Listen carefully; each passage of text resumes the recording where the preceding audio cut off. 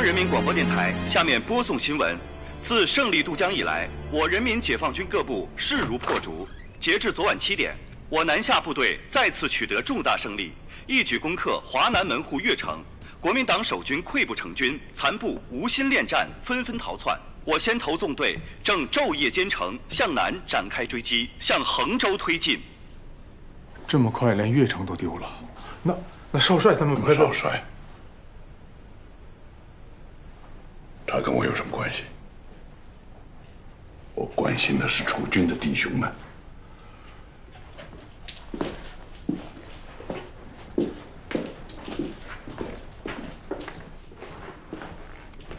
自共军进犯我江南地区以来，国军全体战士英勇奋战。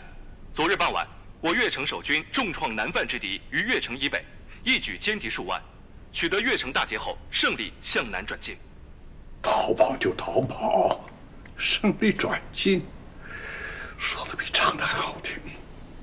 老帅，这好些天也不见有消息，您别听了，还是先吃饭吧。有没有消息？就这1-2天了，再晚，他们可就真给围死了。另据国防部最新消息，为配合友军拒歼南下共军主力，我驻仙宁一带之第10兵团已奉命于今日凌晨开拔，沿粤汉铁路向南转进。撤了，还真撤了。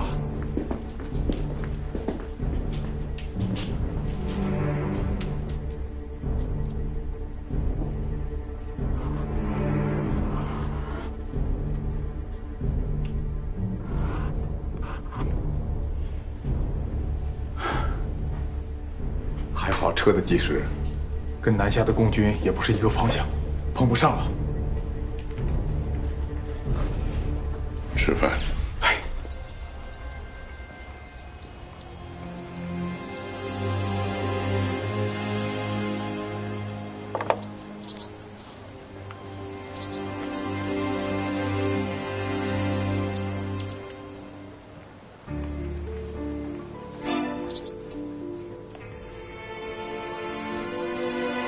小蔡，货到了，快过来搬货。哎，来了。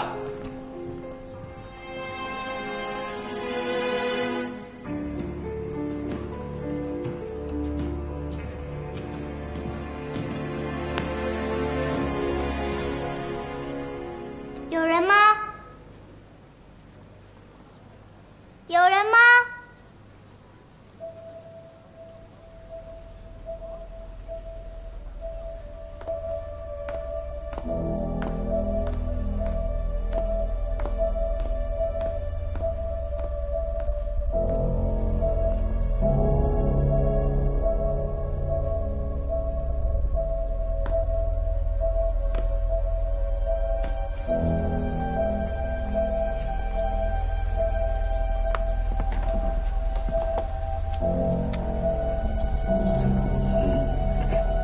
播送一则新闻：昨天下午6时许，我市蒲江江面发生一起汽车爆炸案，1名公安干警和1名曾姓市民在爆炸中遇害。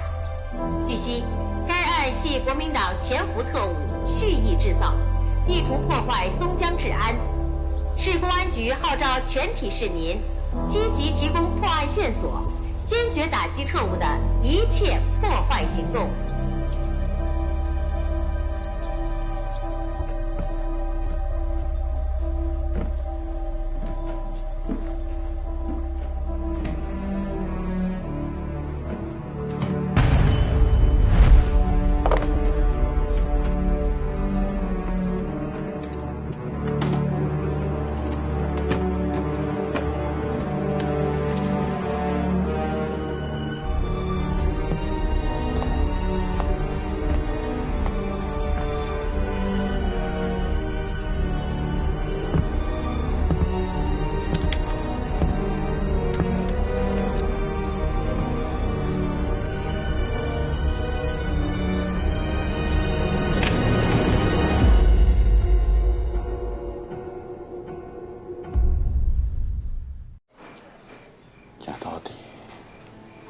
是我们2个害死了他。3年前要不是你去骗他，他怎么会再跟你去执行什么鬼任务？要不是我帮着你去骗他，他又怎么会一枪打死了那个杨秘书？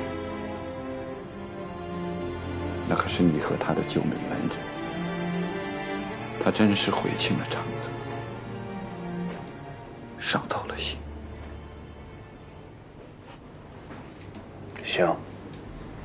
行，那就算我是为了我那些任务，那你为什么要帮着我蒙他呢？当初我说了，目标是中统的人，苏文谦让你去帮他核实目标，这么容易核实的目标，你为什么不去呢？你跟他说核实过了，没问题。我还不是为了帮你，我怎么知道你说的都是假话？只要你能让他重新拿起枪当狙击手，说什么谎我都愿意。所以你就揪住他不放，你就不能让他安安稳稳的过日子？你为什么非要去找他，还要把他再卷进来？他是谁啊？苏文谦啊，老爹，苏文谦是天生的狙击手，论天赋，他跟我差不了多少。记住，这个世界上永远不差一个摆摊混日子的苏文谦，他只有跟我在一起，才能体现出他的价值。能放屁！我一直想，你就想怕着他，恨不得他一辈子听你的命令，做你的搭档，还帮你去杀人。你为什么就不能放过他，让他做一个普普通通的人，靠手艺吃饭，不好吗？至少他还活着。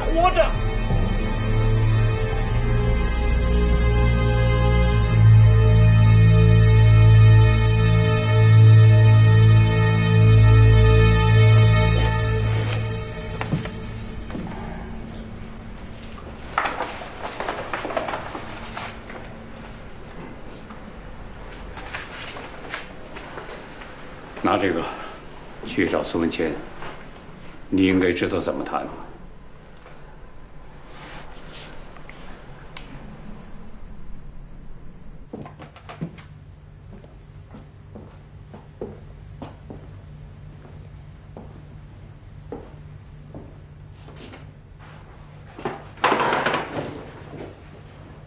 小铁，你回来。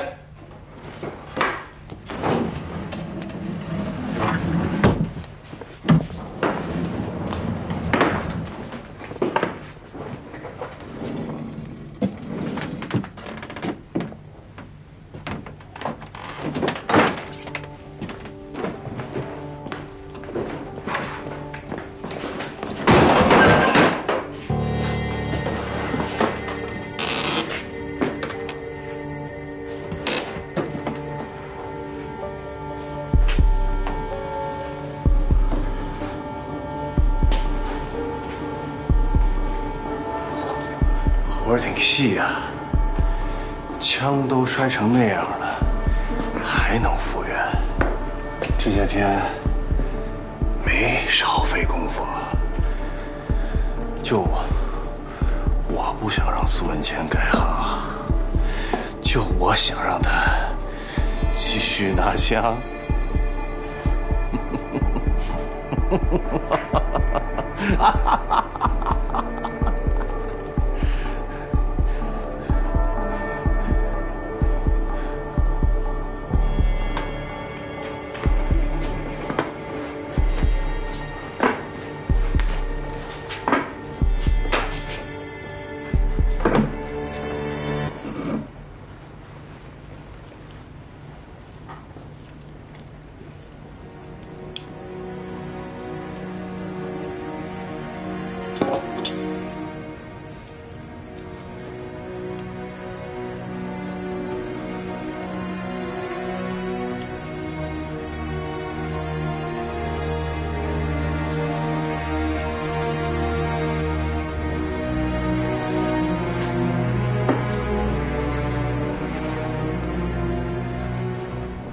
你总说是阿倩跟你断交，其实恰恰相反。一个人最伤心的不是被他的对手打败，而是被他最信的人骗了。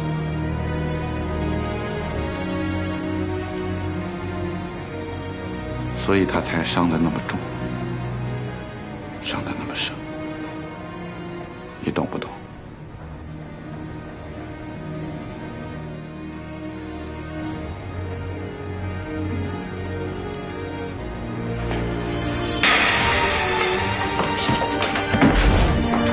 苏文倩，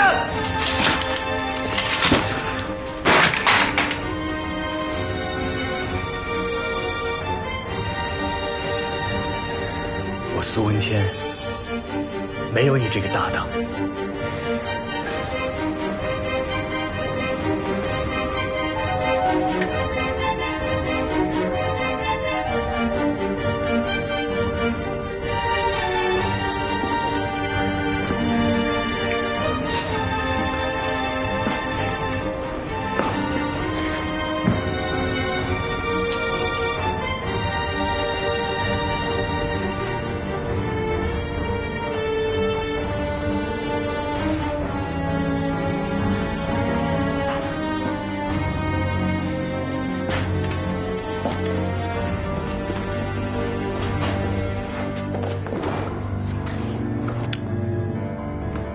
我走了。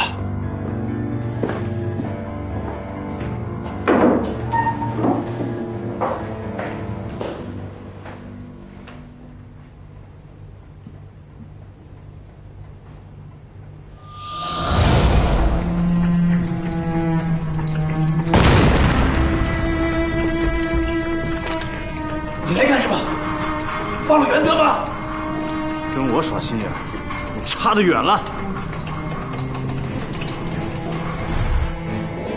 王峰，无休。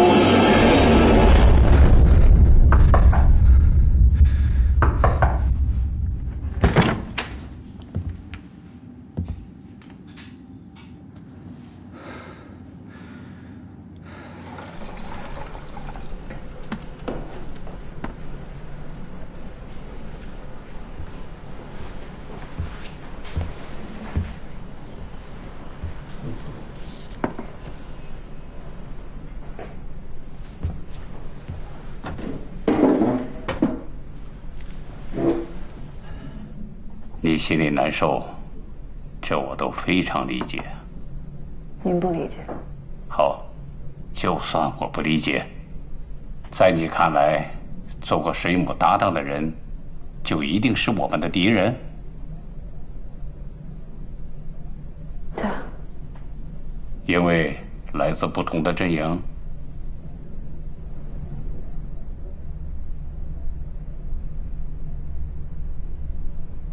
那好，我给你举个例子，你是搞电信出身的，我就拿你们这个行举例子。目前我党我军中央军委电信总局的局长来自哪个阵营？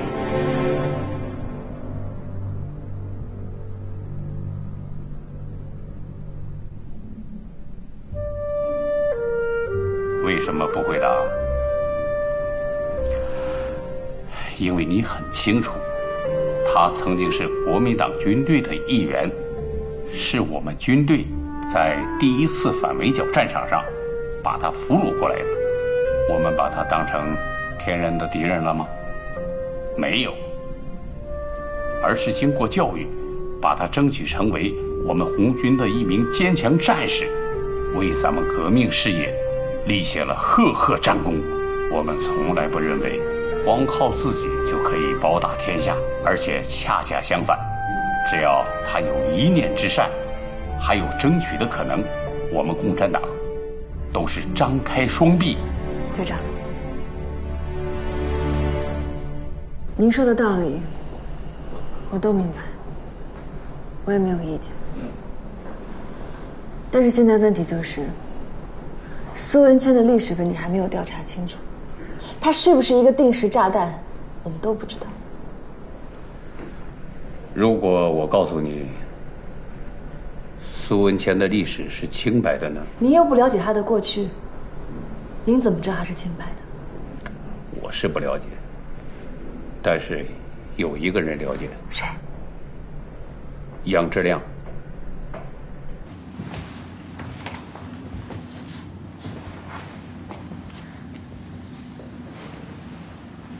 有必要这么看着我吗？我想确认一下，我没有看错人。那你觉得我是什么样的人？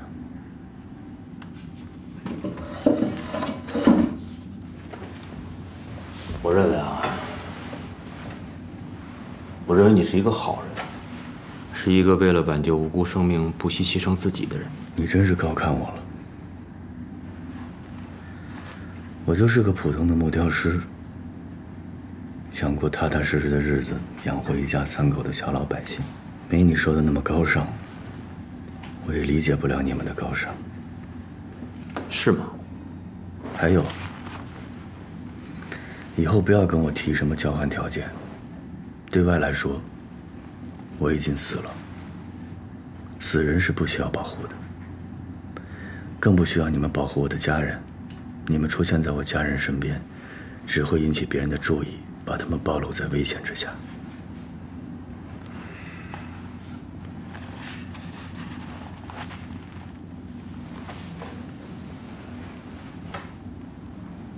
那如果我要是答应你，暂不追究杨志亮的案子，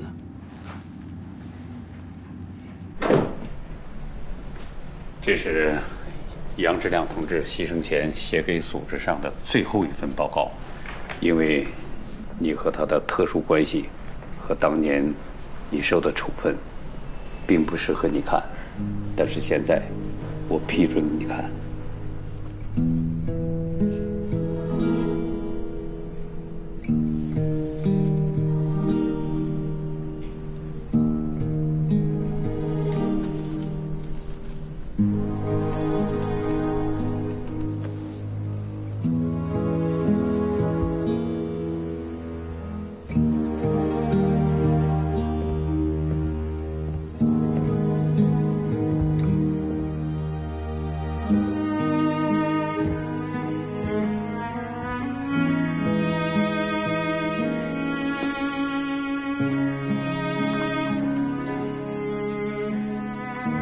袁安，这是我最后一次报告，因为我即将走向敌人的枪口。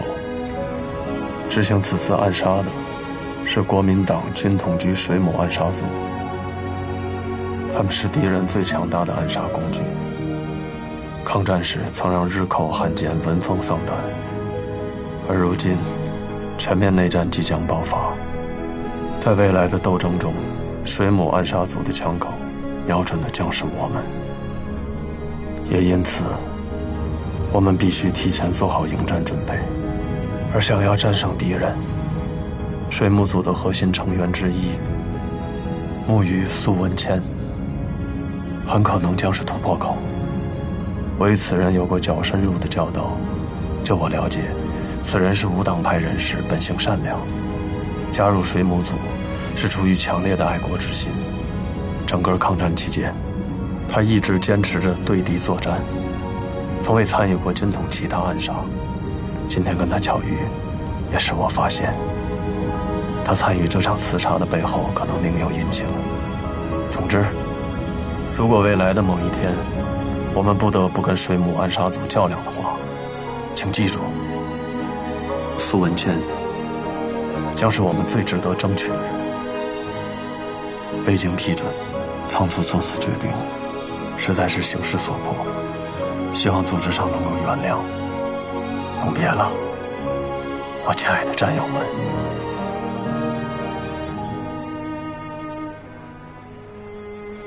是啊，情感上，我知道你很难接受。苏文谦打死了杨志亮，而杨志亮却还为他说好话，这确实非常残酷。但是换个角度想一想，尽管杨志亮牺牲在苏文谦的枪口下，但直到走向枪口之际，在明知道对面的枪手就是孙文谦的情况下，他依然相信这个人是可以争取的。杨志亮同志在生命的最后一刻，依然在尽自己的责任，这才是一个真正共产党人的选择。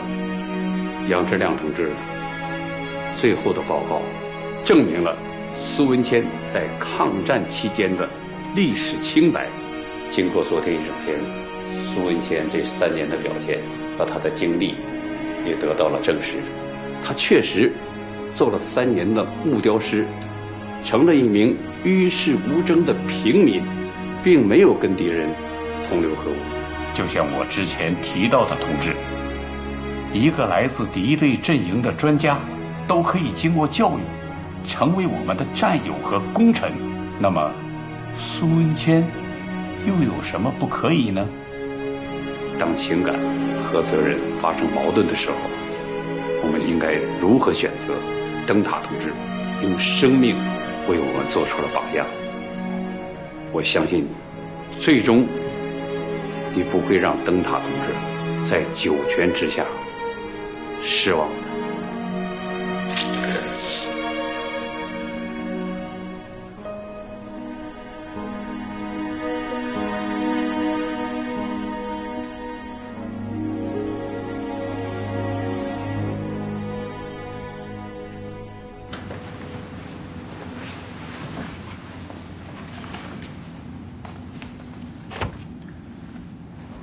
我不接受。不接受？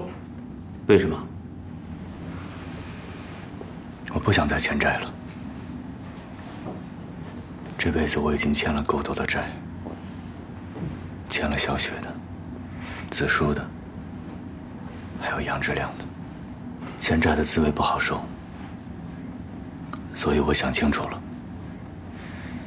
与其欠着债生不如死，不如还了债，心安理得。关于杨志亮的案子，我也不想再回忆了。我承认，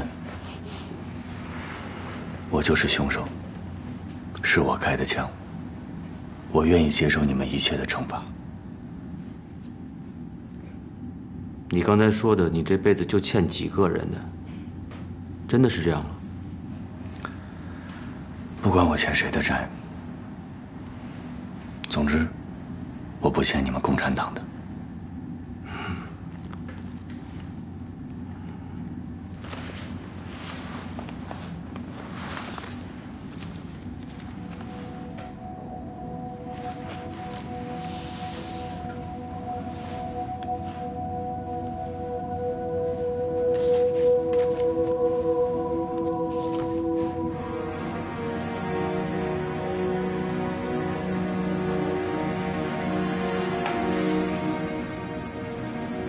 你看到了，杨志亮同志是我们的秘密党员，这个秘密当年你不可能知道。今天我之所以告诉你，我也绝不是想拿自己同志的生命跟你做什么交换，就是我坚信，一个杀了人，手指会连续颤抖3年的人，是绝不会坐视其他无辜的人丢掉性命的。现在我们也是要救人。水母组的风格，你比我们更清楚吧？他们确定了目标之后是不会犹豫的。如果现在你不帮我，我都不知道该去救谁。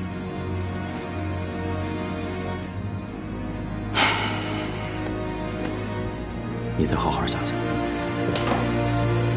等等，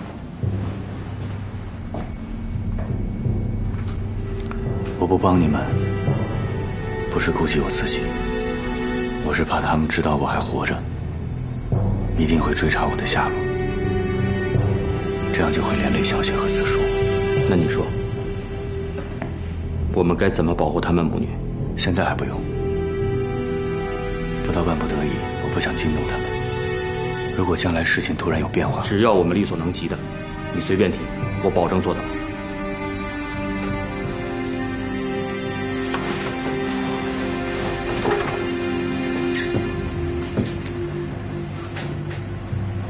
其实情报的内容我已经告诉你们了，情报的纸条上写的是几句乐谱，就是子书弹的。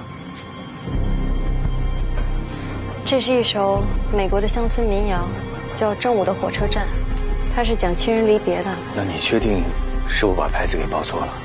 这首曲子原本是4/4拍，但你刚刚哼的是6/8拍。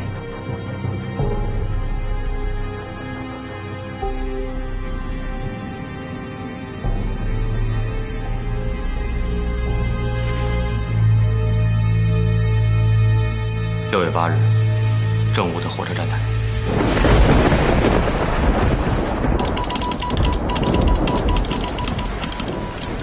是的，对。天气的预报还在加大件啊。好，好。报告，预报完毕。辛苦了。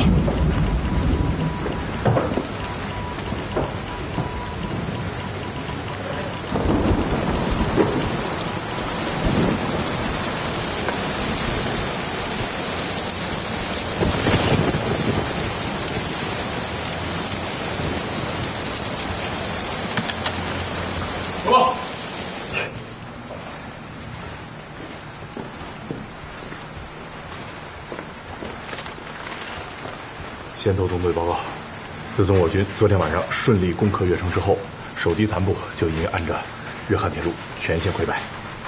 另外，西面这4个师的守军也于昨天晚上入夜之前不战而逃。我先头纵队正全力赶赴衡州，但是因为连日大雨，道路非常泥泞，估计还要4到5天才能到达。还要4到5天？是的。第10兵团呢？报告司令员，还定在那儿了。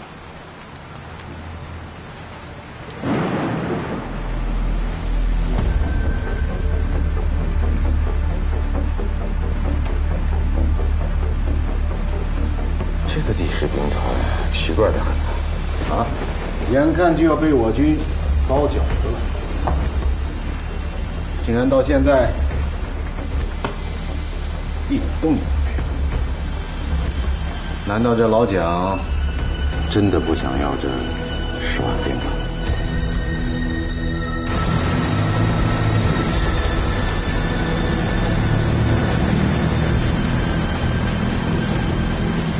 受梅雨季节影响，未来48小时内，长江沿线及江南大部分地区仍将有大到暴雨。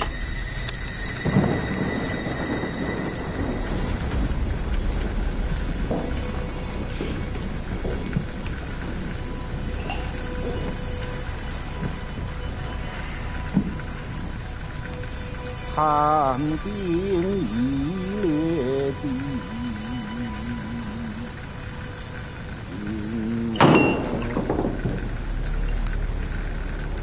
王司令，这雨要是再这么下去，我们这10几万兄弟可就都陷在这泥地里，到时候像乌龟一样，爬都爬不动。总是这么耗着，算是怎么回事？撤不撤？给句话。撤不撤？这要等上头的命令。我这个军团司令是没有接到命令。什么？何师长，你接到命令了？国防部一而再再而三，我们每次申请都是尽快安排我们兵团撤退。我倒想问一句，什么叫尽快？你到共济把我们都围住了，连个准备都没有，这就是尽快？我何振邦可以战死，但是不能屈死。愣着干什么？想撤退的都给我捉起来！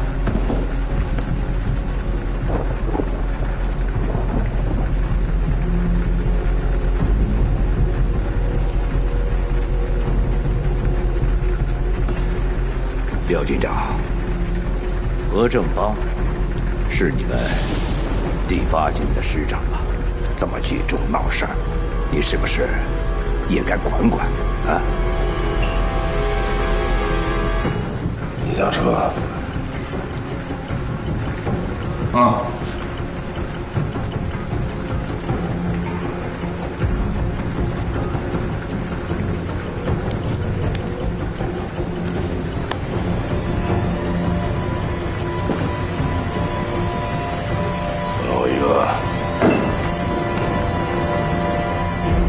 杂牌军呀，老蒋现在连自己的嫡系部队都管不了，还管得了他？天气预报呢？哦，已经问过专家组了，可以肯定的是，未来3天仍然会有大到暴雨。我要的不是3天，是未来1周。啊，老伙计，这也不能怨他们。毕竟现在江南的梅雨季节已经到了。部队已经把清华大学最好的几位气象学家都给请过来了，但是让他们预报更准确的长时间的天气。老罗，哎，有难度吧？难度还是不小的。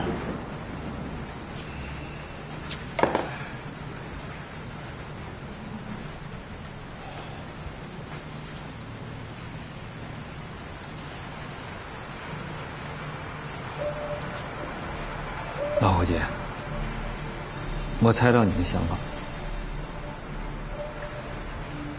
如果第10兵团真去救援衡州，那的确有可能赶在我们的先头部队之前到达。那样的话，中央军委下达的作战计划就得要调整了。我觉得不至于吧。且不说这第10兵团还驻扎在县境，即便就是要逃跑，也应该沿着最快的粤汉铁路线跑。衡州可是咱们的主攻方向，如果他们也奔着衡州来的话，那就是自寻死路啊！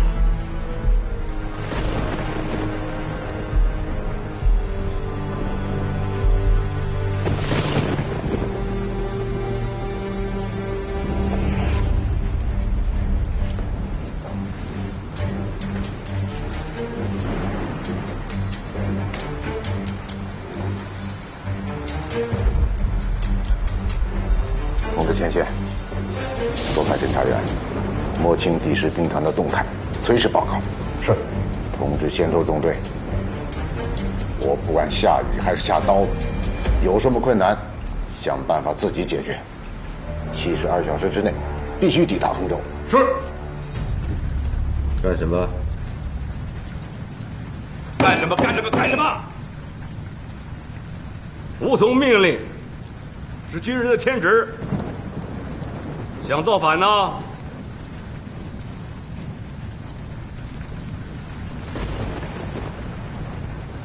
干什么？干什么？这是啊！司令，廖军长他也是为这10万弟兄好，别往心里去啊！都别往心里去，坐下，坐下，庄老，帮着劝劝呢。君王意清净，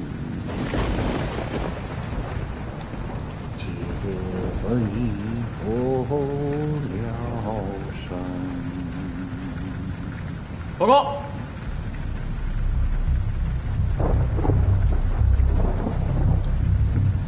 国防部急电。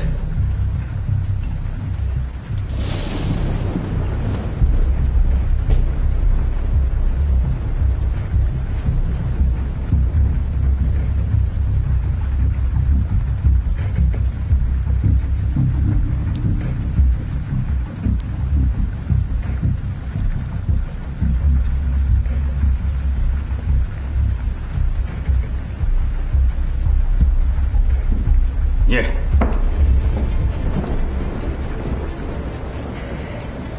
第10兵团司令长官唐思远，接电速率你部撤离仙宁驻地，沿粤汉铁路向南转进，即刻出发。国防部。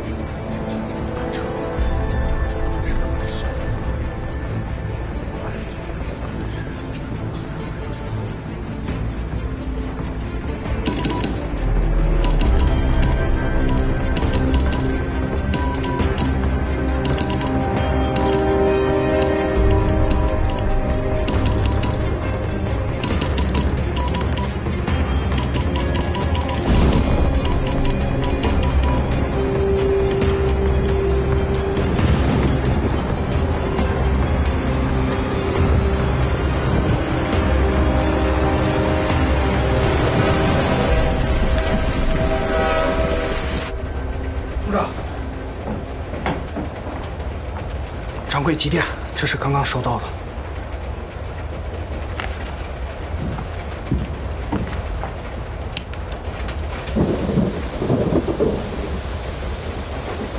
本店全无货物，京城奇运，沿粤汉线南发，望速寻东家。难撤了，是有点突然，不过这也是迟早的事儿。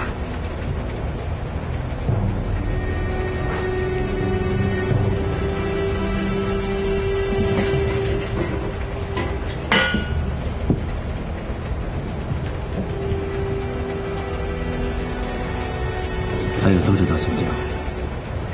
沿途都在为运粮专列让路，今日正午就能按时抵达松江。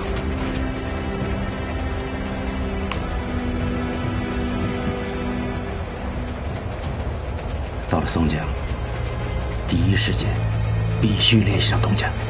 是。经紧急核查证明，今天正午到达松江火车站的列车只有一趟，就是由两湖地区开过来的运粮专列。而在这趟专列上，有可能成为敌人刺杀目标的就是他。殷千素，同盟会创始人之一殷震之子，著名的民主爱国人士，在抗战期间担任国民政府的抗敌救济总署署长，具有很强的政治和社会影响力。这个人在国民党内和蒋介石长期不睦，但对我党同情，坚决反对内战，所以在内战全面爆发之后，他就辞去了职务，以表示他的不满。松江解放之后，应文市长的邀请，加入了我们人民政府，成为了松江市粮食总署署长。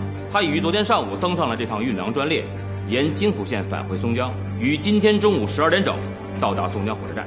除了殷千素以外，还有一个会在同一时间、同一地点出现的可能性目标。松江市市长文克迪，我们已经和市政府核实过，文市长今天中午会去火车站迎接殷千素。文市长因为长期在松江，敌人如果选择他的话，不会只单单在这个时候动手，而且文市长是在昨天上午刚刚调整了时间，临时决定今天中午去车站迎接殷千素，所以我们基本判断，今天在火车站敌人射杀的目标就应该是殷千素。昨天晚上在医院，苏文谦已经把那份真正的情报调了包，可敌人非常着急地把那份假情报烧了，就证明敌人已经从叶观音口里得到了真情报的具体内容。他为什么要急于烧呢？就是说他不希望这份情报落到我们手里，所以就此判断，敌人今天一定还会按照计划去火车站实施刺杀行动。但是敌人不知道我们已经掌握了情报的内容，正好可以提前设伏，给他来个瓮中捉鳖。这次我们要对付的是专业的暗杀组，所以我们已经跟军区指挥部联络过，临时从松江附近几十万驻军中挑了3名神枪手来配合我们专案组的工作，清晨就会就位了。单是调神枪手恐怕是不够的吧？水母暗杀组最擅长的是乘势狙击，部队的神枪手对他们的手法和习惯一无所知，就这样仓促上阵，能够打掉他们的埋伏吗？你这个顾虑我也想过，而且还想出了一个办法。什么办法？我们这些人对水母暗杀组不了解，可有一个人非常了解。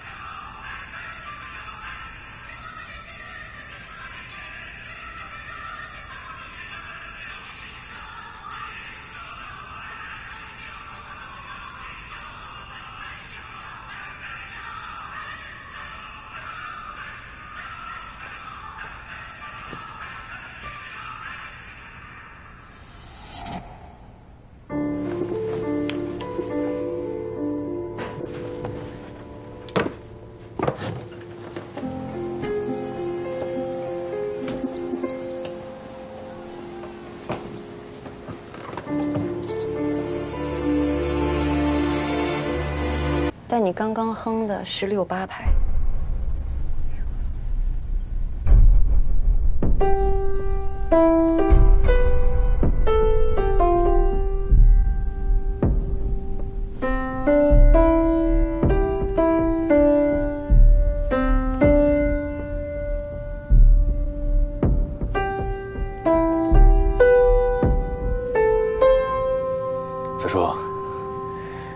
首起得太伤感了，咱们换一首吧。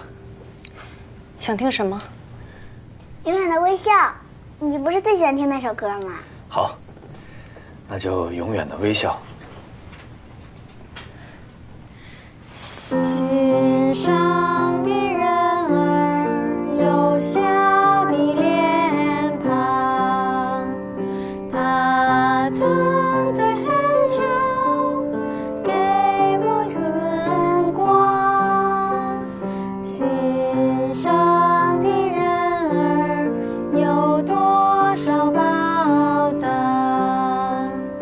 他能在黑夜给我太阳。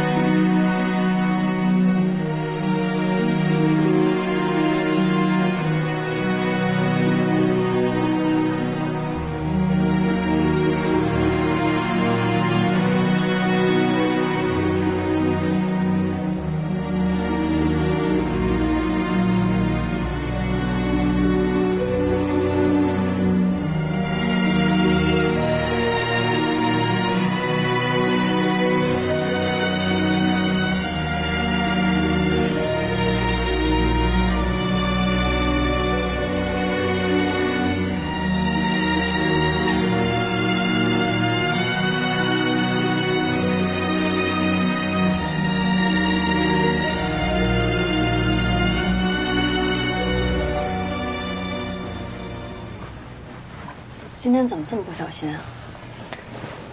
对不起，是我的错。知道自己错在哪儿了吗？不应该在外人面前提起爸爸。千万要记住，以后不许再提，在谁面前都不能提，知道吗？嗯。快睡吧。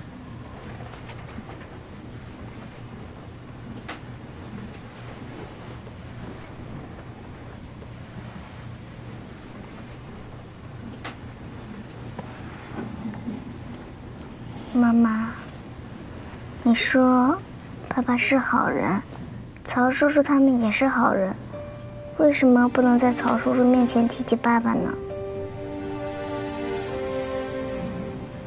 明天还要上课，现在不早了，快睡吧。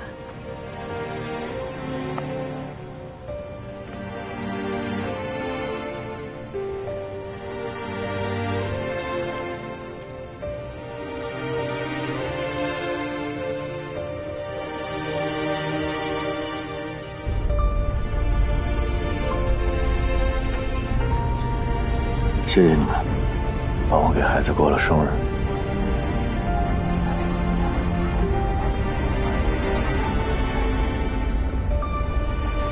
不用了，只要你把戒指交给我们就行。戒指我早就给你们了。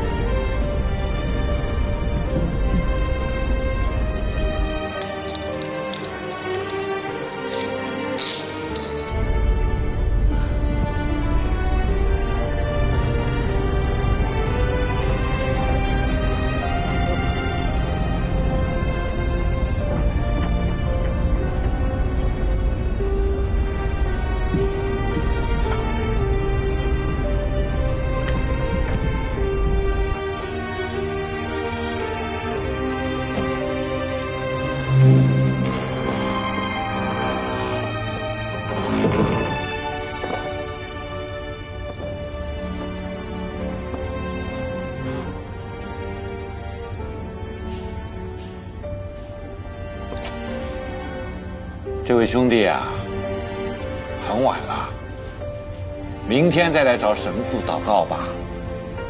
有些事不光要告诉天上的父，还有你，老爹，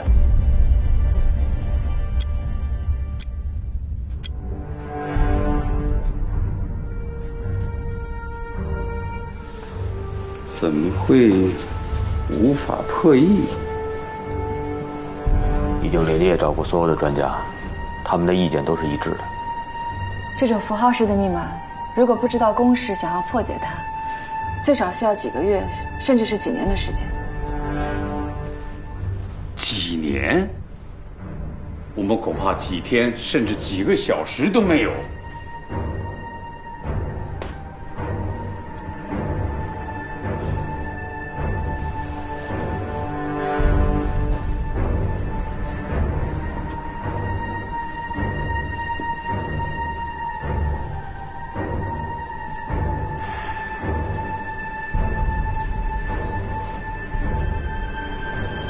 局长，我倒有个想法。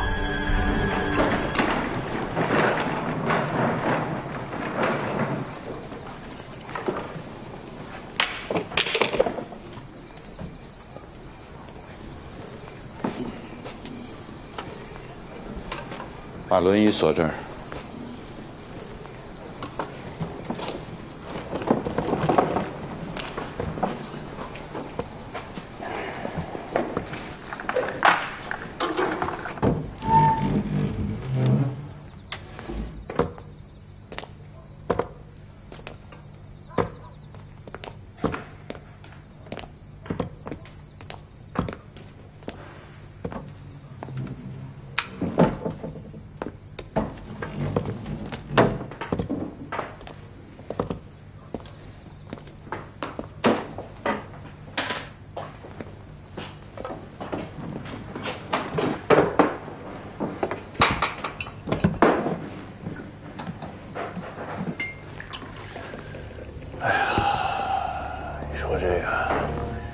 又不是没你一口饭吃。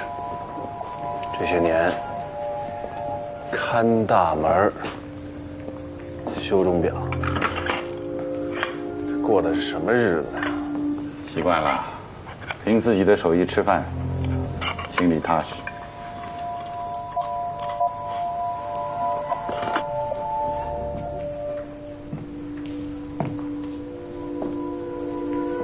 对不起，我帮不了你们。不，你帮得了我们。你怎么就知道我能破解那个密码？好，那我问你，如果你破解不了这个密码，那么特务为什么要炸死你？还那么急，比去医院灭叶观音的口、销毁情报还急。这3年来，你跟他们没有关系，已经过上了平民的生活。之前我们对你的判断是错误的，那么也就是说，你对他们来讲是无害的。那么既然是无害的，他们为什么还要大费周章、处心积虑地除掉你呢？唯一的可能只能是这个情报，因为这份情报是用水母暗杀组专用密码编写的。你曾经是他们的搭档，是水母组以外唯一能破解这个情报的人，也因此是他们最大的危险。除此之外，还有别的可能吗？说说吧，这个情报的内容到底是什么？对不起，我已经证明了我的清白，我好像没有义务再帮你们继续办案吧。这份情报既然跟水母组有关，你心里非常清楚，它的背后肯定关系着无辜的生命。从你今天多次救人的举动，我们相信你是有良知的。面对无辜生命的牺牲，你能坐视不管吗？还有，今天在家里给小雪过生日的时候，我跟孩子说的话你都听到了吧？就在明天一早，松江所有的媒体都将报道你已经死于松江大桥的爆炸案。这个消息所有人都看得到，特务们也看得到。我答应你，从现在开始你就住在公安局，我们为你提供特殊的保护。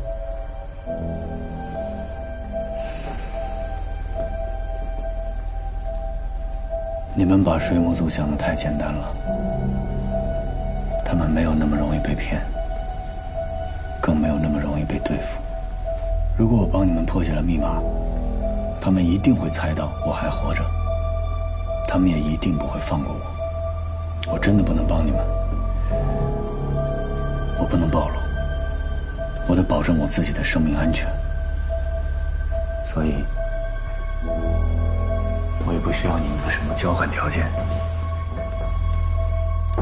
他不是怕被暴露，他是担心我们对付他的好搭档。好搭档？如果你指的是池铁城的话，那你错了。3年前我们就没有任何联系了。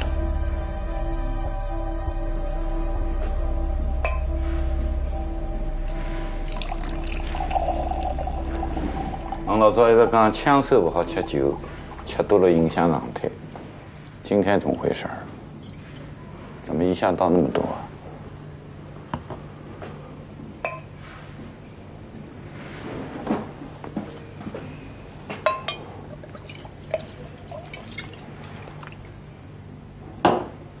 啥意思啊？文圈的。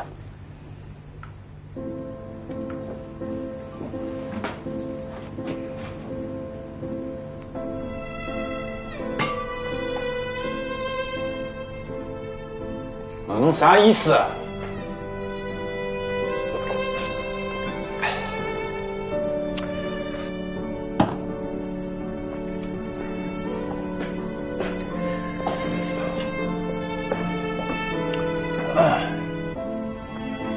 文谦啊，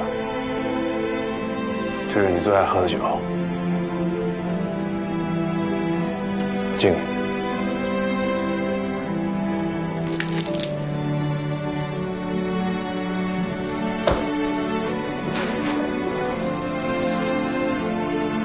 队长，阿健呢？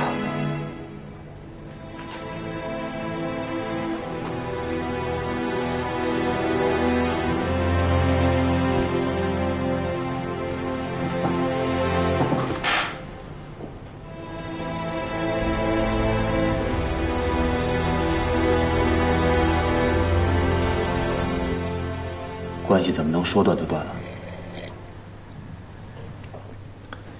断了就是断了，没有什么为什么。谁信呢？你就是不想和他为敌。我不否认，我是不愿意与他为敌，但是这和我帮不帮你们没有任何关系。因为什么？因为池铁城根本就没有来松江。你说什么？池铁城没来松江？谁跟你说他来了？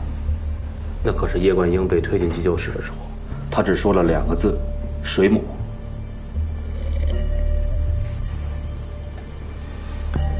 那只能说明水母组来了松江，并不代表池铁城本人。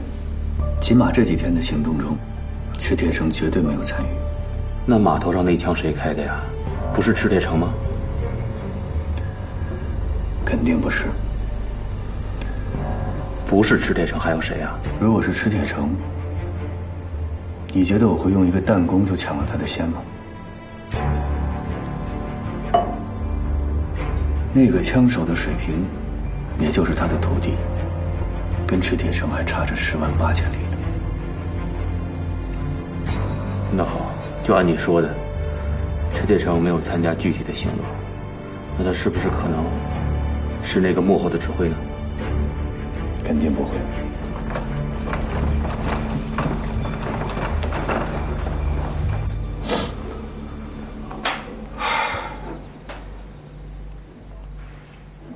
怎么可能会出这种事情呢？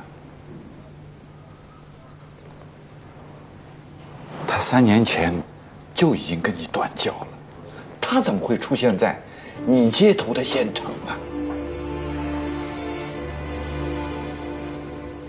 其实这次来松江行动，我专门派了打拳战的叶冠英，让他查出苏文谦的下落。功夫不负有心人，他还真查到了。苏文谦他就在码头摆摊儿，所以你就把接头地点放在了码头。这还真不是我安排的，可能是叶观音想向我邀功，因为他找到了苏文谦，想证明他找到了人，所以就把地点安排在了码头。谁能想到他被共产党给埋伏了，还有苏文谦。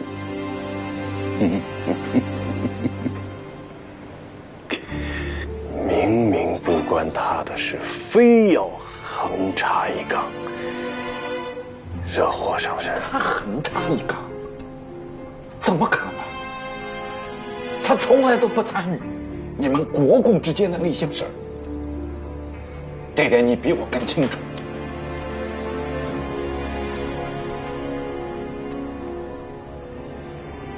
一定是有什么特殊情况。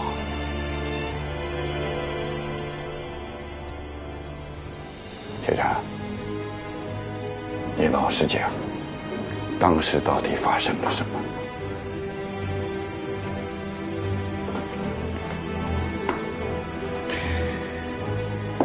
叶观音结了个人质，女人，小孩，小孩。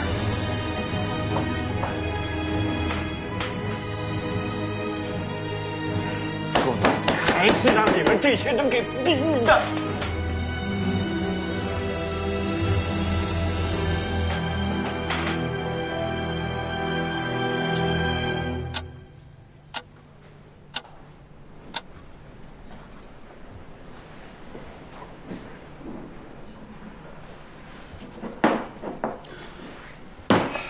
时间不等人呐，苏文谦这一关必须立即攻破。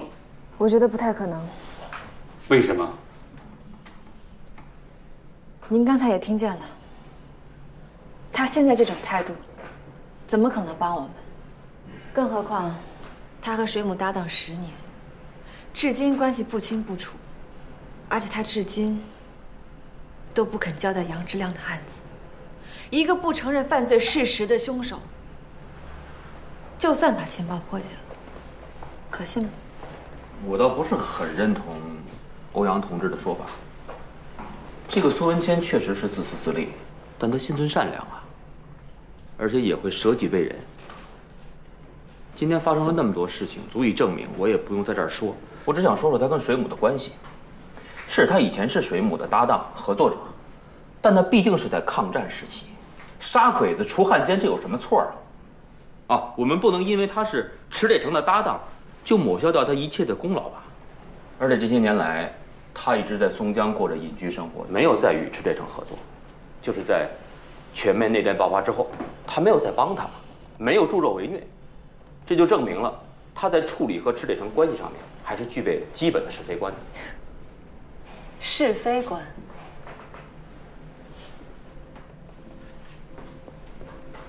你不要忘了，正是他和池铁城合作，才杀了杨之亮。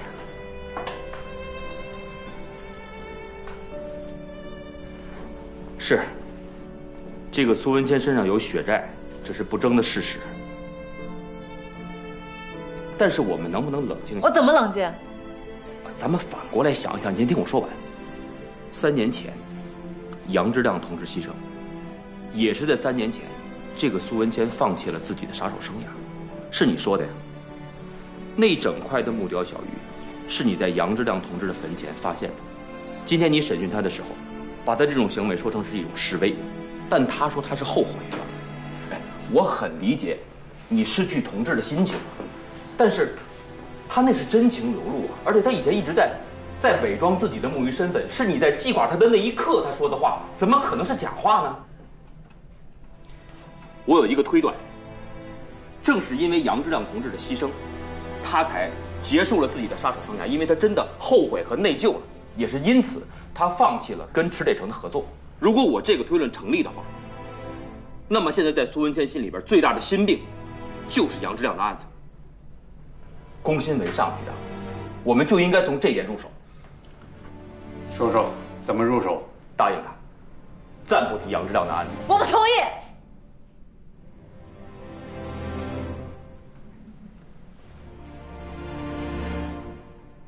我同意。局长，欧阳，事有轻重缓急，历史问题什么时候都可以查。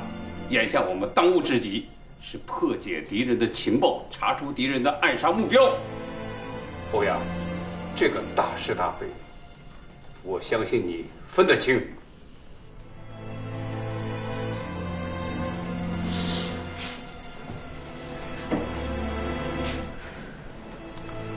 为了确保苏文谦破解情报，不仅可以答应他暂时不追究杨案，还可以给他加码。